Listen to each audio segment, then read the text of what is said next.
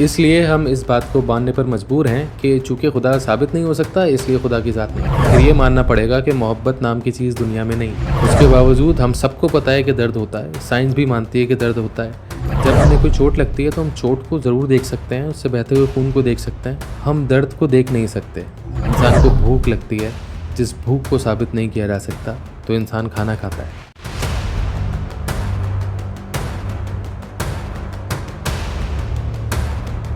السلام علیکم. وجود کے ساتھ میں ہوں محمد عاصم انصاری.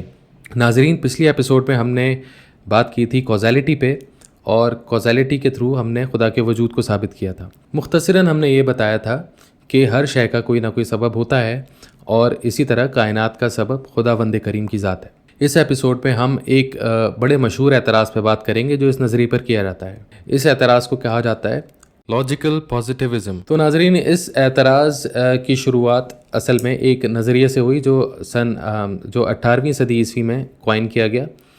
یہ نظریہ یہ اسٹیٹ کرتا تھا, ہم کسی بھی ایسی چیز کو ایگزسٹ کرتا ہوا نہیں مانیں گے, موجود نہیں مانیں گے, جس کو ہم فزیکلی یا طبیعیاتی اصولوں کے تحت ثابت نہ کر سکیں.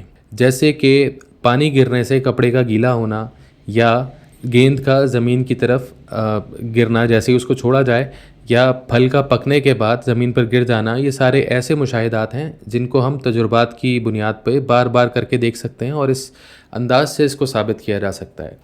تو ناظرین, لاجیکل پازیٹیوزم کا اصول یہ کہتا ہے کہ جو چیز اس انداز سے ثابت نہیں ہو سکتی اس کو نہ مانا جائے.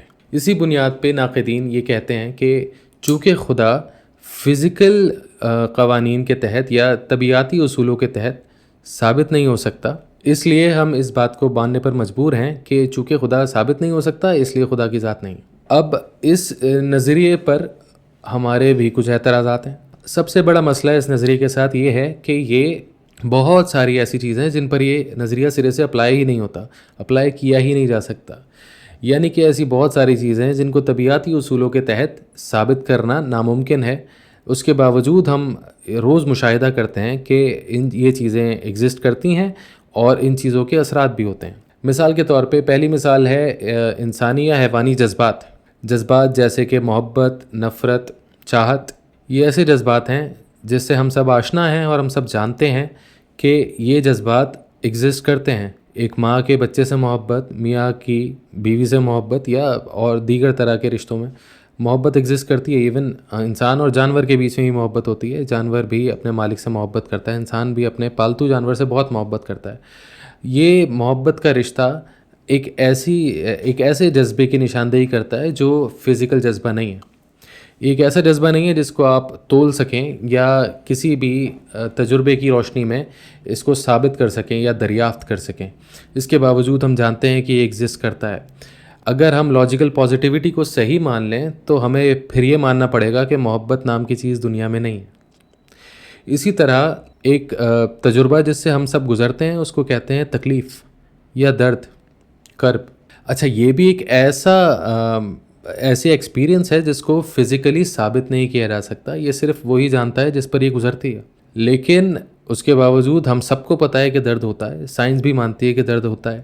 لیکن اس معاملے میں بھی وہ لاجیکل پازیٹیوٹی سے انحراف کرتی ہے, کیونکہ اندر سے سب لوگ جانتے ہیں کہ logical positivity is not very کنکلوسیو.